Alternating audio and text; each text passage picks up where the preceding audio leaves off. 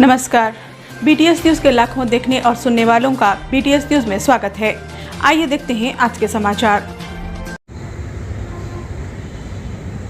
की बात है कि आज उस्मानिया यूनिवर्सिटी कॉलेज फॉर वुमेन में एक बहुत ही अच्छे प्रोग्राम का इनेकाद अमल में लाया गया। सेवंत निज़ाम नवाब मीर उस्मान अली ख़ान के ऊपर जो लेक्चर का एहतमाम किया गया है, और उस लेक्चर में मैंने ख़ास बात ये देखी कि यहाँ की जो प्रिंसिपल साहिबा हैं और वाइस प्रिंसिपल, उनका बहुत ही बड़ा ताउन यहाँ पर देखने को मिला। और जिस हाल में रखा गया था, शायद इन प्रोग्रामात में आमतौर पर गैदरिंग नहीं होती है, लेकिन ये गैदरिंग आज देखकर बहुत ही खुशी हुई कि यह हाल भी तंग दामनी का शिकवा कर रहा था, क्योंकि ये हाल नाकाफ़ी था। और यहाँ पर मैं देखा कि काफ़ी तादाद में पब्लिक बाहर ठहरी थी। तो मैं चाहूँगा कि ये प्रोग्राम हमेशा होता रहे, और इसके लिए मैं जो डॉक्टर नसीम सुल्ताना है, जो प्रोग्राम के ऑर्गेनाइज़र हैं, उनको मुबारकबाद देता हूँ। और दूसरी चीज़, यहाँ पर मैंने यहाँ के जो प्रिंसिपल साहिबा हैं उनसे मैं गुजारिश की है कि सेंट्रल वर्क काउंसिल के ज़रिए से जो UPSC के जो free coaching with food and accommodation हम जो दे रहे हैं, उसके लिए भी समझो आप यहाँ पर फ्री कोचिंग का भी समझो कोई इंतज़ाम करें। तो उन्होंने हामी भरी है। तो इंशाल्लाह जैसे उनकी तरफ से प्रपोज़ल हमारे पास आएगा, यहाँ पर भी UPSC की सिविल सर्विस कोचिंग का आगाज़ होगा। और भी कई मुतालबात हुए, जैसा स्कॉलरशिप का था, ये उर्दू के ताल्लुक़ से था। मरकज़ की तरफ से जो भी चीज़ें समझो हम कर सकते हैं, यहाँ पर जो मुतालबात हैं, कोई भी मुतालबा होता है, मरकज़ की तरफ से जो भी चीज़ें होंगी बराबर करेंगे।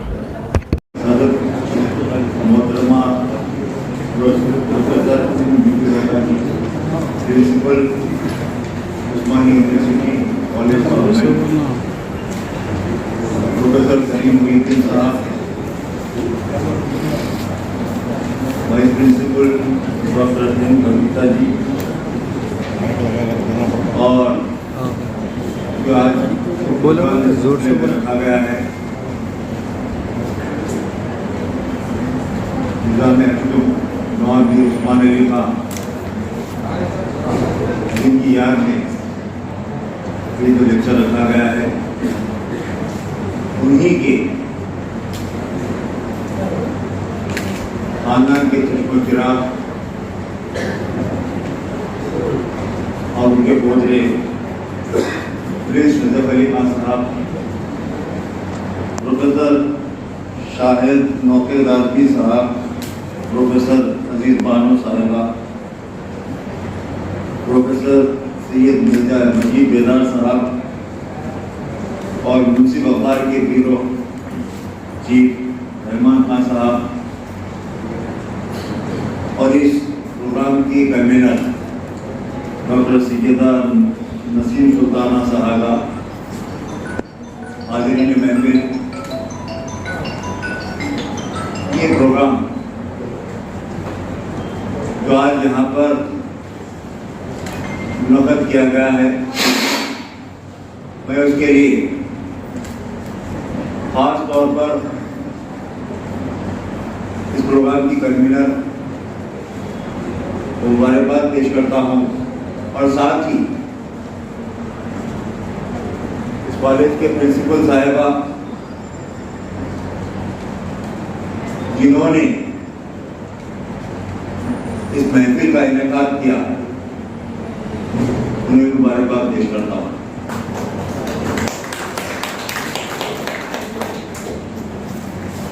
निज़ाम अस्तुम नवाब मीर उस्मान अली ख़ान साहब किसी के लिए मोहताज तारुफ नहीं है। हिंदुस्तान की सबसे बड़ी रियासत हैदराबाद दक्कन के सरबराह कई कारनामे, और वो कारनामे किसी से छुपे नहीं हैं। चाहे उस्मानिया यूनिवर्सिटी का मामला हो, चाहे उस्मानिया जनरल हॉस्पिटल का मामला हो, निजाम ऑर्थोपेडिक हॉस्पिटल का मामला हो, हाई कोर्ट हो, और खासकर आज हिंदुस्तान में जितने भी वेरी ममालिक के सरबराह दबाते हैं हिंदुस्तान, उनकी ज़ियाफत और उनकी मेहमान नवाजी किसी और मुकाम पर नहीं होती है, बल्कि दिल्ली के हैदराबाद में हाउस में होती है, जिसकी तामीर भी नवाब मीर उस्मान अली खान साहब ने कई एक कारनामे हैं। हिंदुस्तान के दौलतमंद तरीन बादशाह, लेकिन जिंदगी फकीरों, मुझे जब उनका इंतकाल हुआ मैं 8 साल का, और उनकी मौदा में भी मैं शरीक था मेरे वालिद के साथ, और मेरे वालिद के लिए बाज़ाब्ता फरमान जारी हुआ था निज़ाम हैदराबाद की तरफ से कि उनको मिलने के लिए इजाजत की जरूरत, और मैं खुद भी मिला, बहुत छोटा था, मैं खुद भी मिला और उनकी मामूली चारपाई भी देखा हूँ, और बहुत ही खस्ता हाल में उनकी बेडशीट भी देखा हूँ, और उनके कपड़े भी देखा हूँ। मेरे वकील भी अच्छे कपड़े पहनता है, लेकिन उससे फटे पुराने कपड़े पहने एक दुनिया का दौलतमंद गरीब बादशाह, और उससे हटके और एक चीज थी जो आज खत्म हो गई है। हिंदुस्तान की सबसे बड़ी रियासत हैदराबाद आज बाकी नहीं है, लेकिन हिंदुस्तान की दूसरी सबसे बड़ी रियासत ग्वालियर स्टेट आज भी बाकी है। उसकी वजह यह है कि जो जानशीन बनाए गए वो खुद लूट के भाग गए, और उसी की वजह से आज कहीं कुछ दिखा नहीं। एक आदमी का टेबल भी मौजूद है। जब यहाँ पर हमारे मुल्क के प्रधानमंत्री नरेंद्र मोदी जी ने हाल ही में ट्रम्प की जो बेटी जो आई थी इलंका, उसकी ज़ियाफत की थी उसी 101 आदमी के टेबल पर, जो कि निज़ाम का स्पेशल टेबल पर। कई ऐसे जायदादें हैं जो हमारी बर्बाद हुई, आज की कोटी पैलेस बाकी नहीं है, और कई ऐसे पैलेसेस हैं, कई ऐसे जगहें हैं जो मौजूदा निज़ाम जो देसी नहीं है बल्कि विदेशी है, जिसको मुकरमला कहा जाता है, तो लूट के पूरी बर्बाद कर। तो निज़ाम की जो चीज़ें थी, निज़ाम के कई ट्रस्ट थे, Sahibzada trust, Sarprakash trust, Khanadar trust, Talib-e-Fal trust, Muharram के लिए दीदी के आलम का ट्रस्ट, खादी के लिए ट्रस्ट, कहाँ है वो ट्रस्ट? कौन खा गए? आज उनके पास जो प्रॉपर्टीज हैं, क्योंकि मैं सेंट्रल गवर्नमेंट काउंसिल का मेंबर हूँ, बहुत अच्छी तरीके से बात करूँ, उमूर मजहबी में जो प्रॉपर्टीज है, कहाँ है वो प्रॉपर्टीज? क्या बर्बादी हुई है? आज किले में जाके देखिए आप, क्योंकि बहुत करीब से मैं वाकिफ हूँ, जितने इनके कब्जे में प्रॉपर्टीज हैं वह जुमला पूरों की बर्बादी हुई है, और आज भी हो रही है, आज भी हो रही है। तो बड़ा दुख होता है, दर्द होता है, जो एक फकीर बन के, एक बादशाह जो फकीर बन के जिस अंदाज में उन्होंने सबको आगे बढ़ाया, चाहे वो तालीमी मैदान हो, उस्मानिया यूनिवर्सिटी जब बनी तो बाबा साहब अम्बेडकर, तो उन्होंने स्कॉलरशिप का ऑफर किया, बाबा कौम स्कॉलरशिप का ऑफर किया था, उन्होंने इनकार किया। लेकिन आपको जानकर साथी होगा कि सबसे पहली यूनिवर्सिटी की जो डॉक्टरेट की डिग्री मिली वो बाबा साहब अम्बेडकर। उसी तरीके से रविंद्रनाथ टैगोर, सरोजिनी नायडू, इनको भी ऑफर किया। और खाली उस्मानिया यूनिवर्सिटी का कारनामा नहीं है, आज हिंदू बनारस यूनिवर्सिटी जो है उसको उस वक्त भी 50 1 लाख, उस जमाने में 1 लाख वहाँ पर डोनेशन दिया गया। उसके बाद उसी तरीके से अलीगढ़ मुस्लिम यूनिवर्सिटी, वहाँ पर 50,000 का डोनेशन दिया गया। और कर्नाटका में भी कोई वो है कॉलेज है, वहाँ पर भी हर महीना 10,000 रुपये दिया करते हैं। इसी तरीके से क्योंकि रियासत हैदराबाद की जो बुनियाद हुई थी, वो बुनियाद पे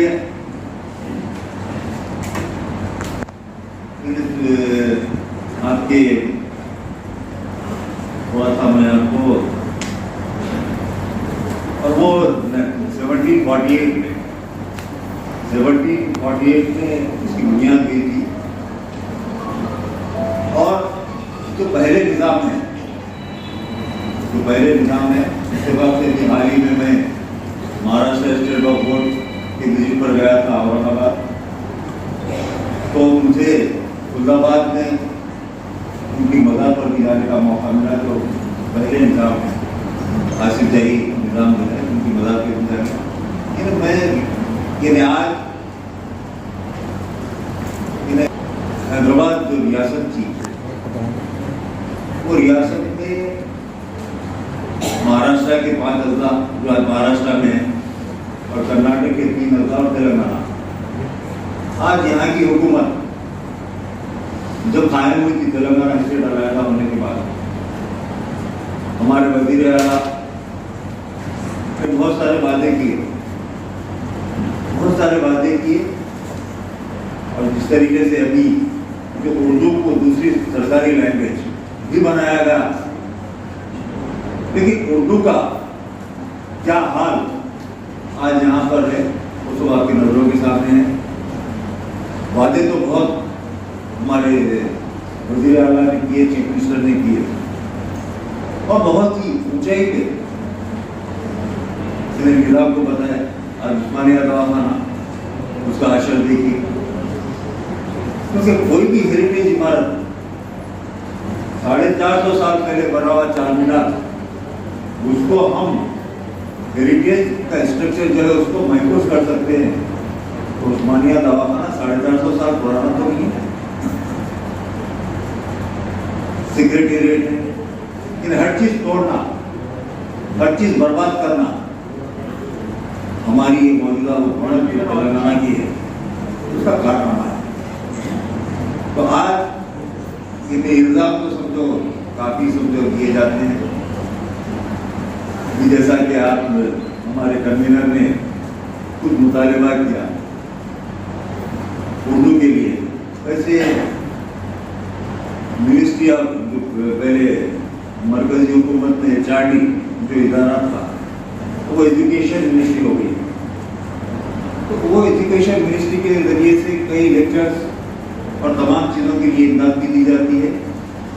उससे हट के ministry of minority affairs government of India की तरफ से जो स्कॉलरशिप की अगर बात की जाती है, तो सेंट्रल स्कॉलरशिप जो भी होती है, और ख़ासकर लड़कियों के लिए 9th क्लास से लेकर 12th क्लास तक स्पेशली लड़कियों के लिए क्लासेस है।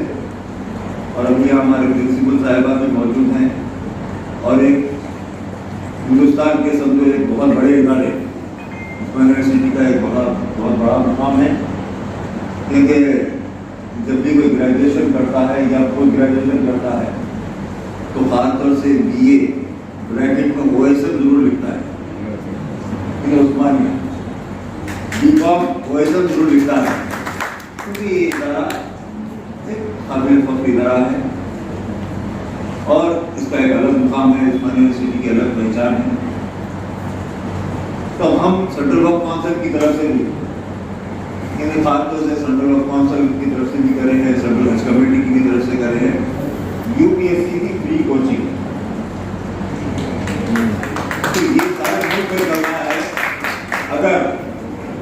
वो मेरी रिक्वेस्ट ये है कि वो फ्री कोचिंग का अगर वुमेंस कॉलेज में आगाज हो जाए, स्पेशली फॉर गर्ल्स, क्योंकि गर्ल्स का इदारा है, स्पेशली फॉर गर्ल्स, उसके लिए पूरा उसका फूड अकोमोडेशन और कोचिंग तमाम की तमाम जिम्मेदारी वो सेंट्रल गवर्नमेंट काउंसिल पर रहेगी। और इसके अलावा स्कॉलरशिप है माइनॉरिटीज की, उसके लिए आप बिल्कुल ऑनलाइन है, वो आप अप्लाई कर सकते हैं। मेरिट कम स्कॉलरशिप है, कई है ministry of minority national scholarship portal पे, वो आप अप्लाई करिए। 100% स्कॉलरशिप सैंक्शन कराने की जिम्मेदारी मेरी है।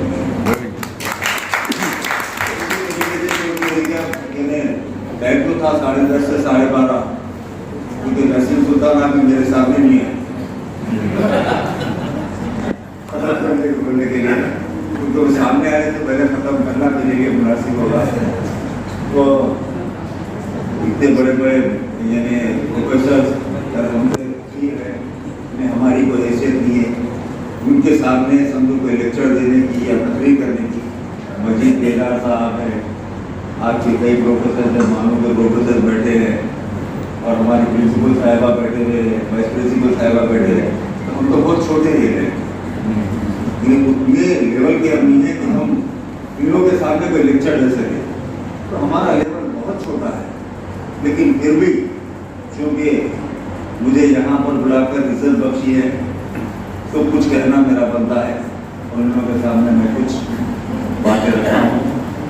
इंशाल्लाह मैं अपनी तरफ से ज़रूर आप लोगों के सबके सामने वादा करता हूँ कि तालीम के मामले में और उर्दू के मामले में, क्योंकि NCPL हमारे पास मौजूद है जो समझो इसमें स्पॉन्सर भी किया है, तो चाहे वो NCPL का मामला हो या मिनिस्ट्री ऑफ माइनॉरिटी अफेयर्स का मामला हो या मरकजी हुकूमत की तरफ से और दूसरे भी चीज़ें हैं, उसके लिए पूरा मुकम्मल ताउन देने के लिए मैं हमेशा हर वक्त तैयार हूँ। फरवरी पर था, तो मैं ये इख्तिबास करता हूँ। जी थोड़ा वॉल्यूम बढ़ा। जी मैं करीब हो जाता हूँ। हाँ ये ठीक है। वो मुझे शुरू से जब साबिर बहरहाल तो उस पर अमल करूँगा।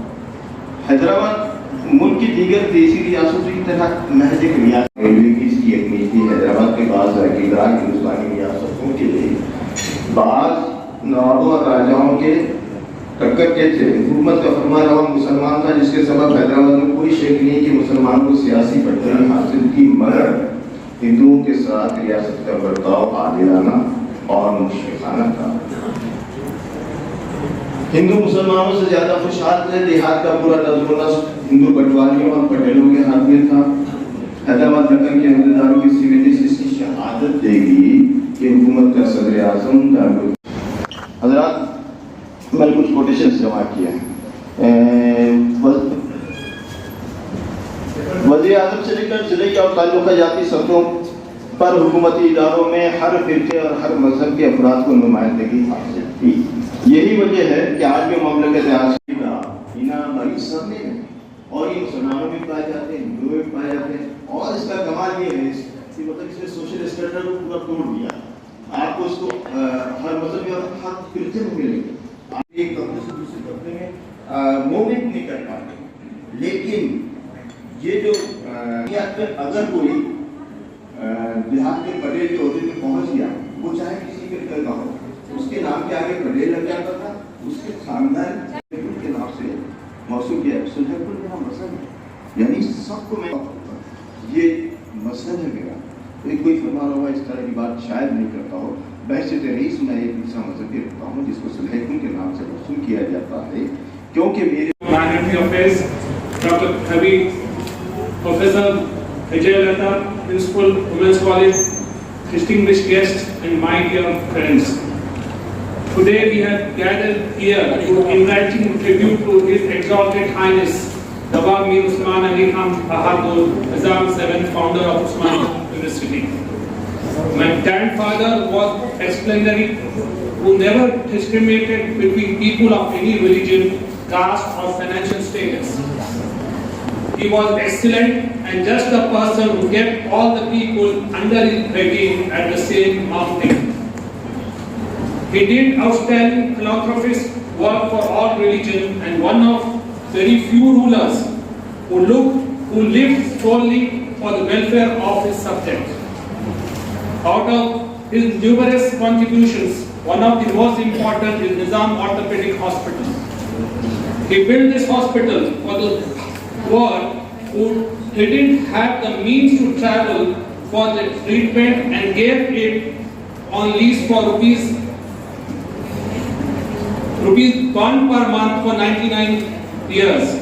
He founded the Nizam Charitable Trust in 1951 for 5 crores for the poor irrespective of any religion. He also gave donations to universities like Banaras Hindu University and Aligarh University. He led a life very few comfort and luxuries and felt that he had fiducious duty towards his people.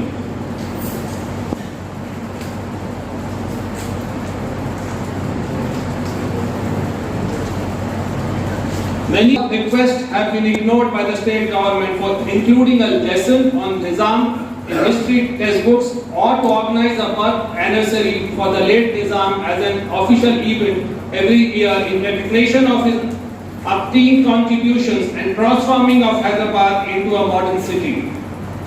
The creation of Osmania University in 1917 is a symbol of possibility of replacing English at the university level.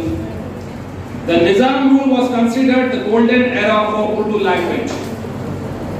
Due to the strong foundation laid by the Nizam, Hyderabad still stand on the top of the ladder when it comes to Urdu literature and contribution by the writers and the poets.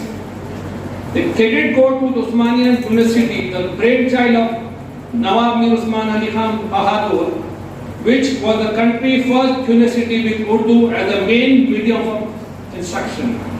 Setting up Osmania University paved the way for the student to pursue higher education, even in medicine and engineering in Urdu.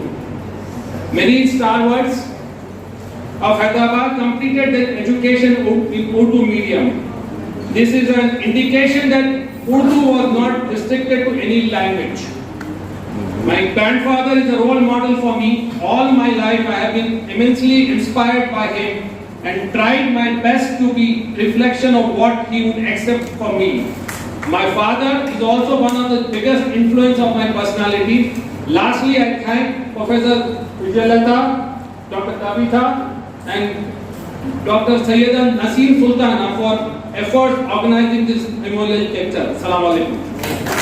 तमाम मेहमानों से मेरी दरख्वास्त है कि कोई भी खाना खाए बिना नहीं जाएगा। इंशाल्लाह हम बहुत ही जल्द निपटाने की कोशिश करेंगे।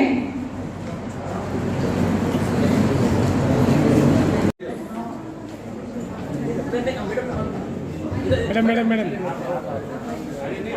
आपका कॉलेज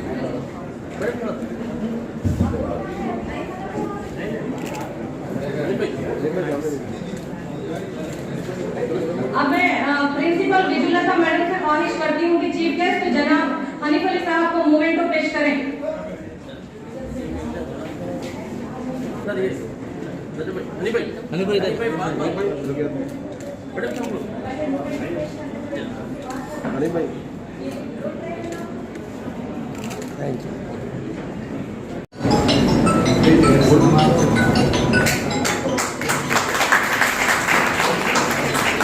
प्रिंसिपल विजुलता मैडम से ख्वाहिश करती हूँ कि special guest Prince Najaf Ali Khan साहब को मोमेंटो पेश करें।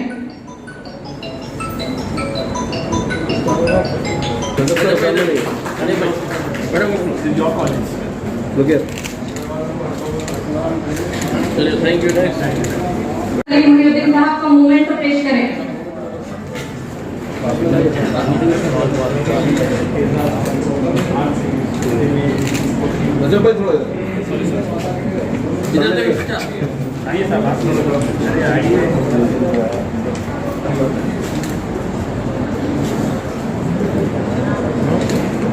चीफ गेस्ट अली जनाब हनीफ अली साहब से ख्वाहिश करती हूँ कि प्रोफेसर मजीद होंगे प्रोफेसर शाहिद नौके साहब की शालपोशी फरमाएं।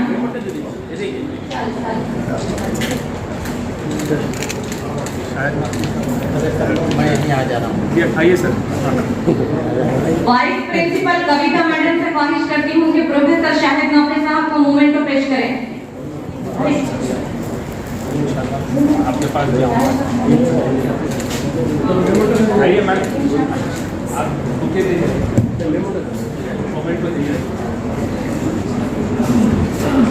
चीफ गेस्ट हनीफ अली साहब से दरख्वास्त करती हूँ कि जनाब रहमान साहब ब्यूरो चीफ रोजनामा मुंसिफ की शालपोशी फरमाएं। कविता मैडम से दरख्वास्त करती हूँ कि जनाब रहमान साहब ब्यूरो चीफ रोजनामा मुंसिफ को मोमेंटो पेश करें। इधर देखिए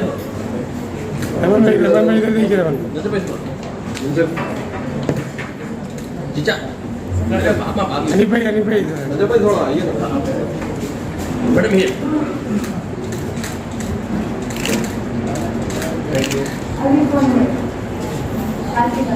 मोमेंटो पेश करें। आइए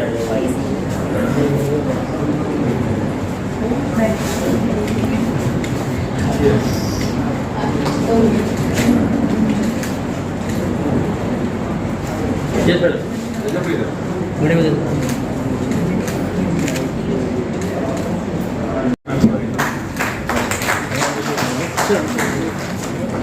Yes, yes. Anybody, madam. अभी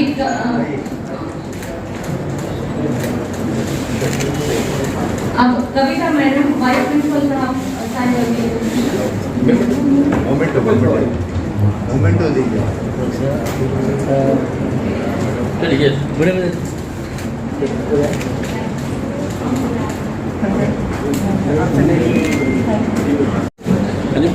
चलिए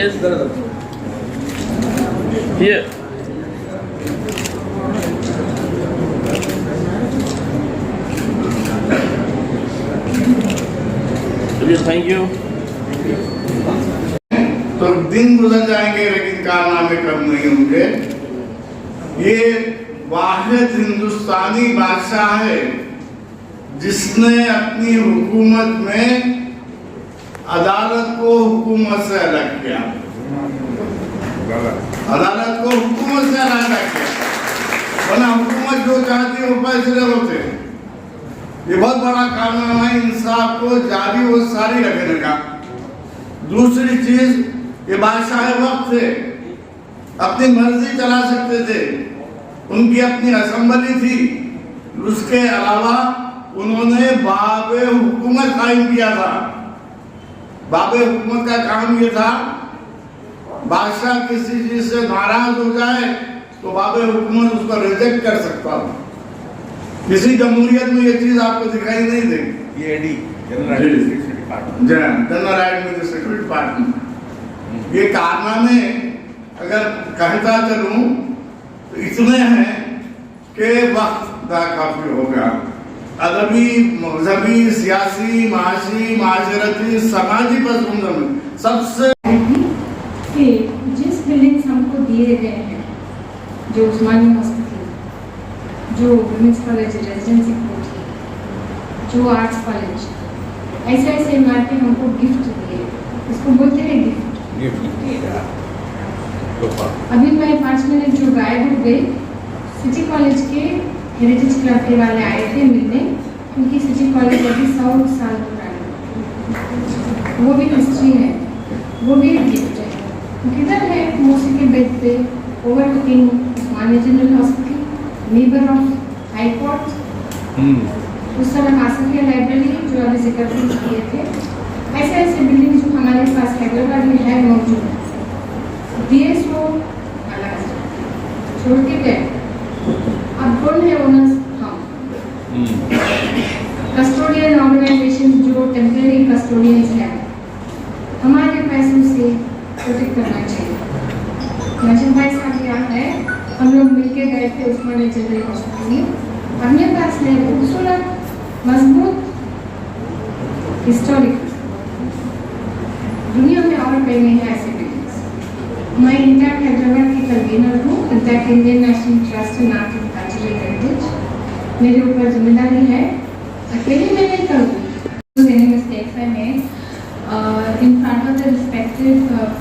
present here, I just want to say a few words about my great-grandfather. His Exalted Highness the Nizam VII, as you all may know, was a very secular leader. His examples are given even around 100 years after his birth. He has influenced so many generations. I just want to say that his preference for secular administration, everybody knows that he has more than 11. Najaf Ali Khan साहब 7th Nizam Nawab का great grandson, sorry, and esteemed guests. कुछ नवाब साहब के भी बात करना इस like सूरज को चिराग दिखाने जैसा है. He has done umpteen number of deeds. Nobody has done it. Not only for his religion but also for all other religions. He was very secular, and I am one of the students of this Women's College who has been benefited by this college. And I would like to say that this NEP 2020 which Salim साहब ने अभी बोले हैं, Urdu is going to become part of it from class 1 to class 5. जो भी है mother tongue should be in their own Urdu language. So इस तरह जो लिए गए हैं गवर्नमेंट के तरफ से, I think all of us will be benefited, not only Urdu but also Telugu, Sanskrit or other languages, Persian will be benefited.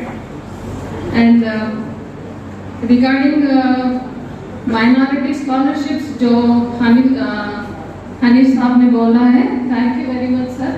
And the UPSC जो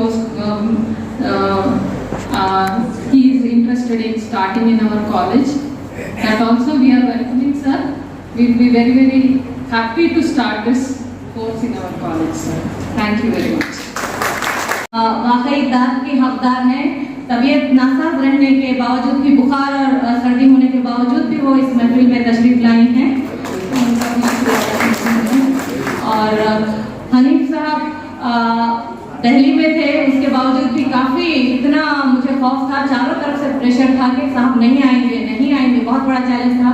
तो पूरा जलसे का दारोमदार कामयाबी का चीफ गेस्ट पर होता है अक्सर, तो मैं काफ़ी परेशान रही. लेकिन बेइंतहा मसरूफियत के बावजूद भी हनीफ साहब यहाँ तशरीफ लाए, मैं आपका तहे से शुक्रिया अदा करती हूँ. और प्रिंस नजफ अली खान साहब अपनी साहिबजादियों के हमरा यहाँ तशरीफ लाए हैं, उनका भी मैं तहे दिल से शुक्रिया अदा करती हूँ. और प्रोफेसर मजीद बेजार साहब मोहताज तारुफ नहीं हैं, अक्सर साहब की तबीयत भी कभी कभी ख़राब रहती है, उसके बावजूद भी वो यहाँ पर तशरीफ़ ले आए, मैं उनका भी शुक्रिया अदा करती हूँ. और सलीम मोहिउद्दीन साहब, प्रोफेसर सलीम मोहिउद्दीन साहब का भी मैं दिल की गहराइयों से शुक्रिया अदा करती हूँ कि वो अपना कीमती वक्त हम सबको दिए. और प्रोफेसर शाहिद नौखेज आदमी साहब, प्रोफेसर अजीज बानू साहिबा और रहमान साहब, आप तमाम का मैं दिल की गहराइयों से शुक्रिया अदा करती हूँ. ख़ास तौर से ये प्रोग्राम कामयाब हुआ है तो आप तमाम यहाँ इतना मजमुआ देखकर मुझे तो हैरानी हो रही है कि इतने निज़ाम सरकार के चाहने वाले हैं, उर्दू के चाहने वाले हैं, उस्मानिया यूनिवर्सिटी के चाहने वाले हैं. फर्दन आप तमाम का मैं शुक्रिया अदा करती हूँ. और काफ़ी बड़ी बड़ी शख्सियतें यहाँ बैठी हैं जिनको मैं नहीं जानती हूँ, जिनको जानती हूँ, उन तमाम का शुक्रिया अदा करती हूँ. और नॉन टीचिंग स्टाफ में से भी बहुत सारे लोगों ने इस प्रोग्राम को कामयाब बनाने के लिए कोशिश की है. सुप्रिंटेंडेंट साहब, रामकृष्णा साहब, प्रोफेसर श्रीनिवास साहब, चैतन्य साहब और बहुत सारे असातिज़ा हैं, उन तमाम का मैं फर्दन शुक्रिया अदा करती हूँ. तलबा का भी जो शामिल रहे हैं, आप तमाम का शुक्रिया. अभी खाने का वक्त हो चुका है, इजरा हॉल में आप तमाम चलिए, कोई भी मेहमान बिना खाए नहीं जाएगा. चलिए, शुक्रिया. इसी के साथ ही ये समाचार समाप्त होते हैं. दुआ और उम्मीद यही कि आप जहाँ कहीं भी हों खैर आफियत से हों, आपकी हर सू खुशगवार हो और हर खुशगवार सू का अंजाम बखैर हो. इन्हीं दुआओं के साथ मुझे और मेरी टीम को दीजिए इजाज़त. देखते रहिए BTS न्यूज़. सब्सक्राइब और लाइक करना ना भूलें. तब तक के लिए जय हिंद.